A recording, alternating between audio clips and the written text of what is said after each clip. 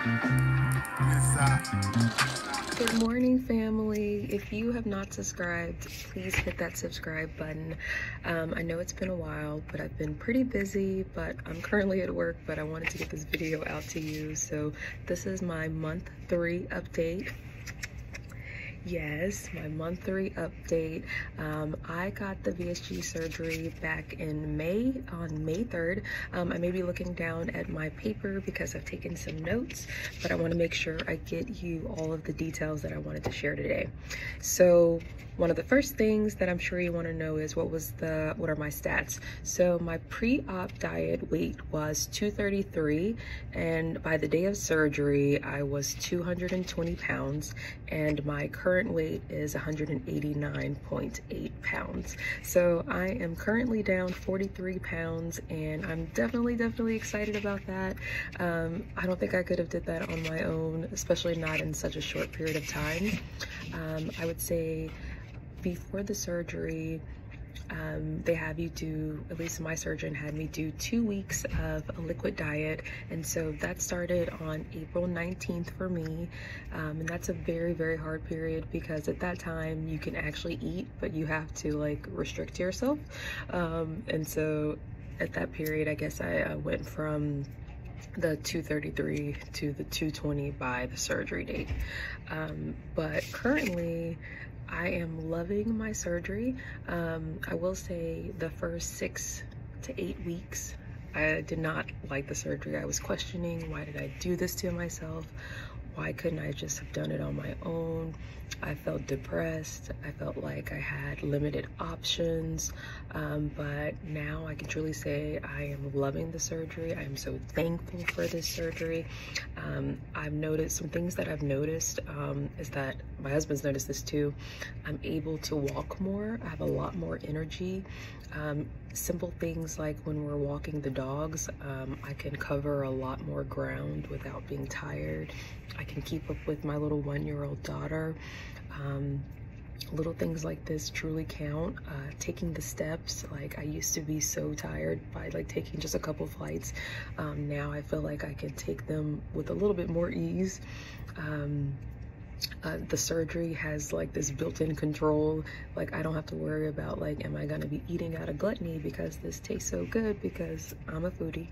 But no, it's like, you're done. Your stomach is this small. We ain't doing it. So that built-in control is everything.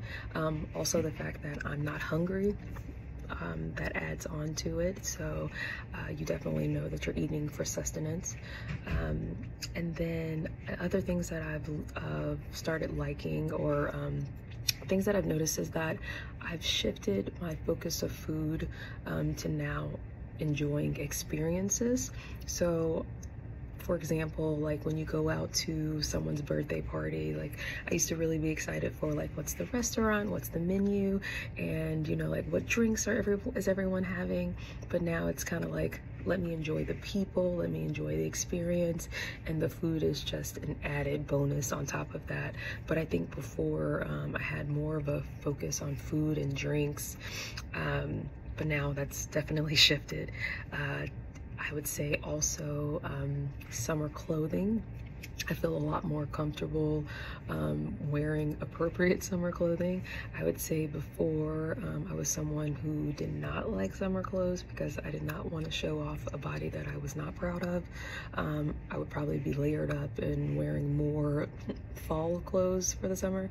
But now I can definitely say you know, wearing a little less baggy clothes for the summer, more summer appropriate clothing. But yeah, I wanted to share with you guys kind of like how my eating schedule goes. So kind of like a newborn baby, I am eating I would say every 2.5 to 4 hours. So an example breakfast for me could be something like overnight oats. And I've done this with overnight instant oats, or like your non-instant oats. I've done those too. I've done boiled eggs and sausage. I've done also some potatoes and boiled eggs, anything usually that I can measure out to be about 2 to 3 ounces for breakfast. And then for lunch, an example lunch would be stir-fried rice and about 2 to 3 ounces of that. And then for a snack, I usually do maybe a Greek yogurt. One of the Greek yogurts that I really like is the Ayenos brand, which I've only seen at Whole Foods. And then sometimes if I can't get that, maybe the Chobani yogurts. But usually I'll do about 2 to 3 ounces. If I'm getting the Chobani yogurts, I usually can only finish like maybe half to 3/4. And then maybe for dinner, recently one of our dinners we had was a Greek burger. So it was a burger that had like roasted tomatoes and a tzatziki sauce with feta cheese in it, and on the side we had diced Japanese sweet potatoes. So for my serving, I served myself half of a burger with an open face on one side, and a handful of the sweet potatoes, and I think I was only able to eat half of my half burger, and I left a few of the potatoes. At that time I didn't measure that meal, but that kind of gives you an idea of what I was able to eat. With the surgery, you are also supposed to separate the times in which you drink before and after your meal. So before the meal, you should wait 30 minutes to drink before starting to eat, and then after the meal you should wait 30 minutes to an hour before you drink. And that's so, especially after the meal, that's so you're not pushing your food through too swiftly.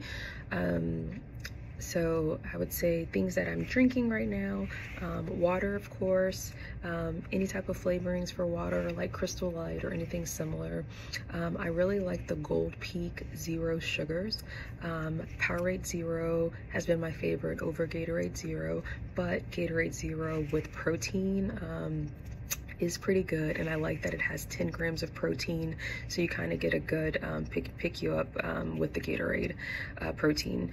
I do like 100% juice options, and I like the Honest Kid juice boxes because they're like little small amounts. I know they have low sugar, but I can kind of get that quick sweet taste that's not overly sweet, but I get my small juice fix.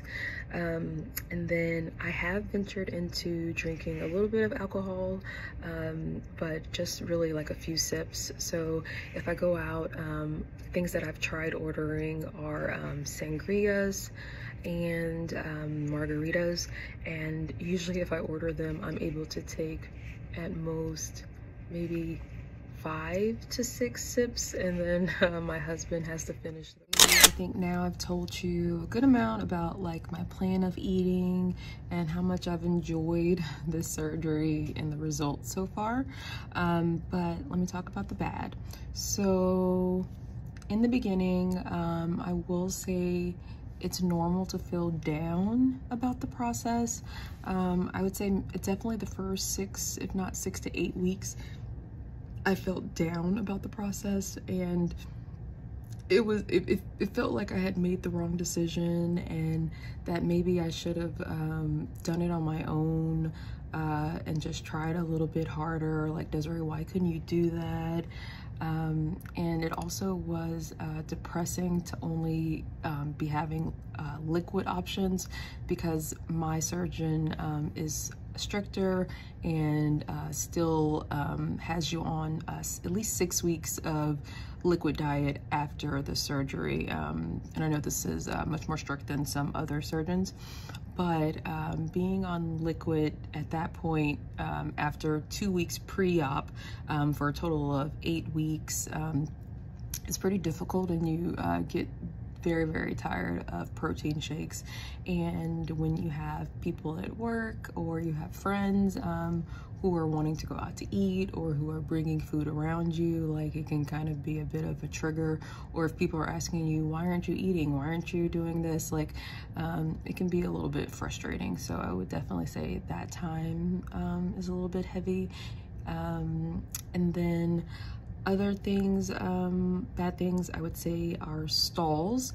So it is completely normal to have stalls.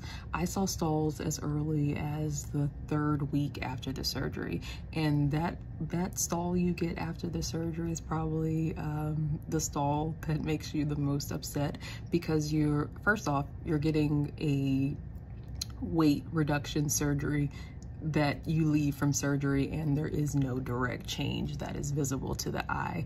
And so when you see that the scale is no longer changing, but you're drastically changing what's going in your mouth, it's very discouraging. But I am testimony and I will let you know that stalls are normal, and your body will still continue to change, and the scale will change eventually. The stalls just happen to come for everyone, and they will, as they come, they also will pass.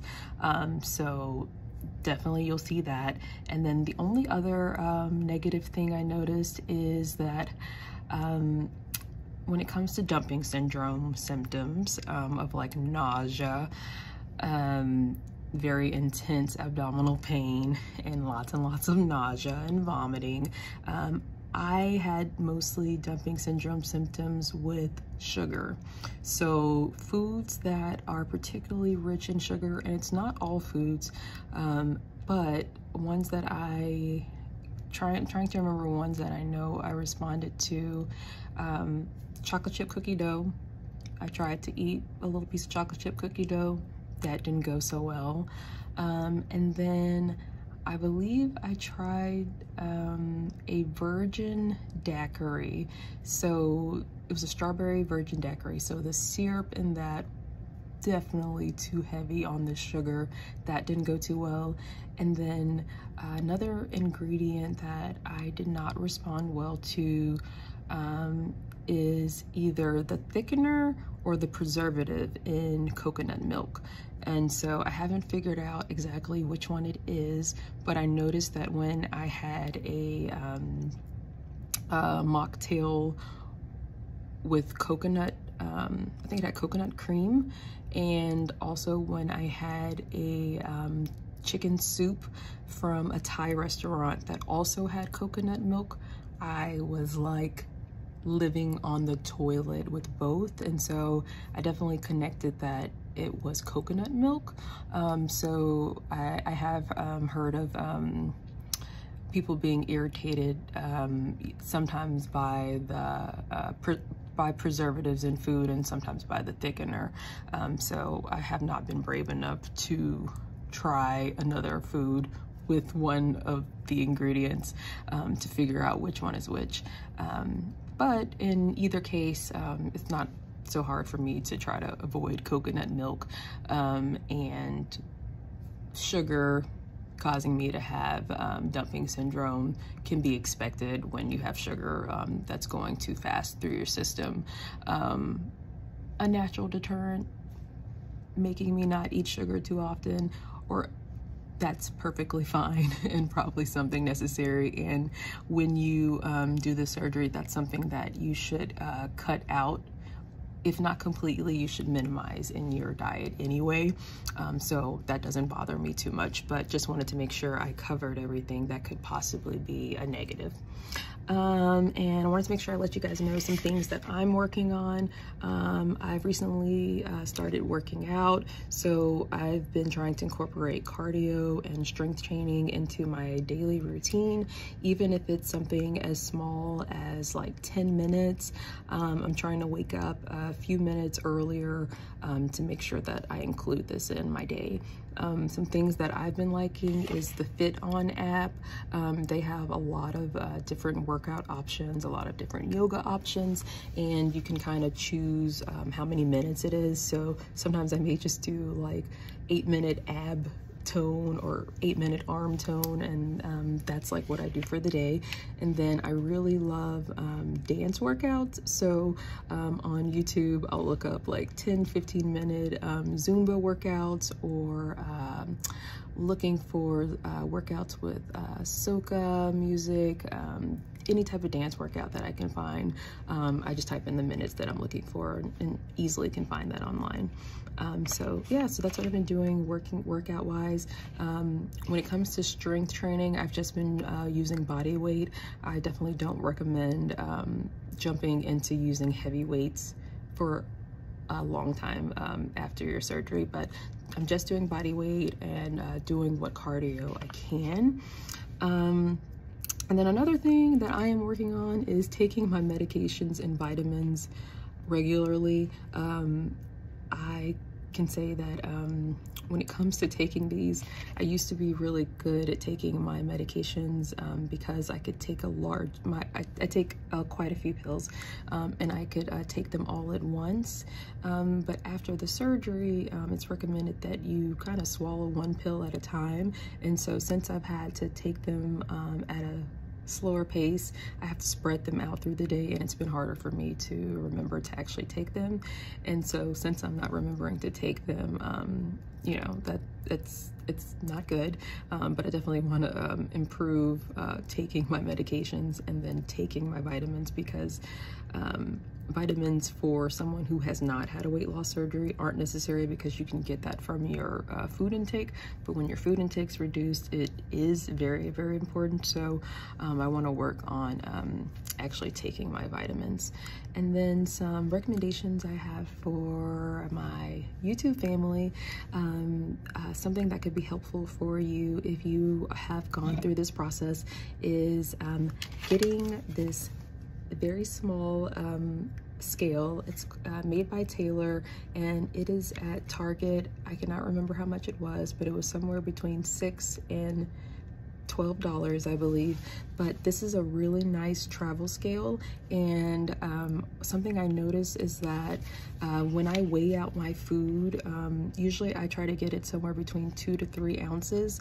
I don't have to worry about getting that feeling where you feel kind of full. And I will say the full sensation is different after the surgery than it was prior to the surgery. Early on after the surgery, it would feel like a fullness in my chest.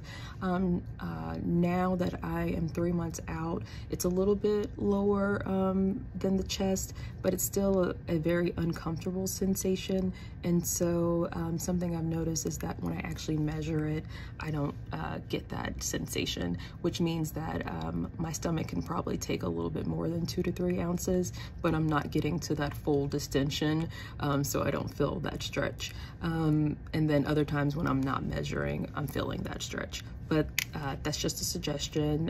Having a travel scale that you can take with you to work or when you're out can be helpful.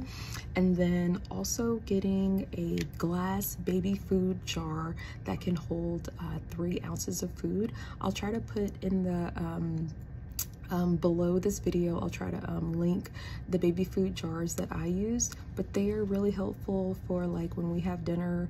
When I'm putting leftovers, I'll just fill them up in the jar, and I know the jars can only hold max 3 ounces. So at least when I am taking food for the next day, I already know that these are going to be good amounts that are going to, you know, do what they need to for lunch, but not make me feel over distended.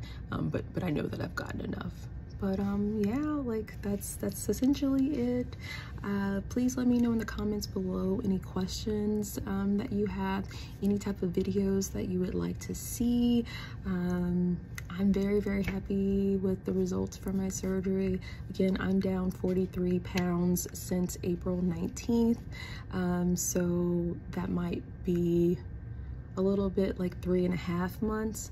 And I had my surgery back in the beginning of May.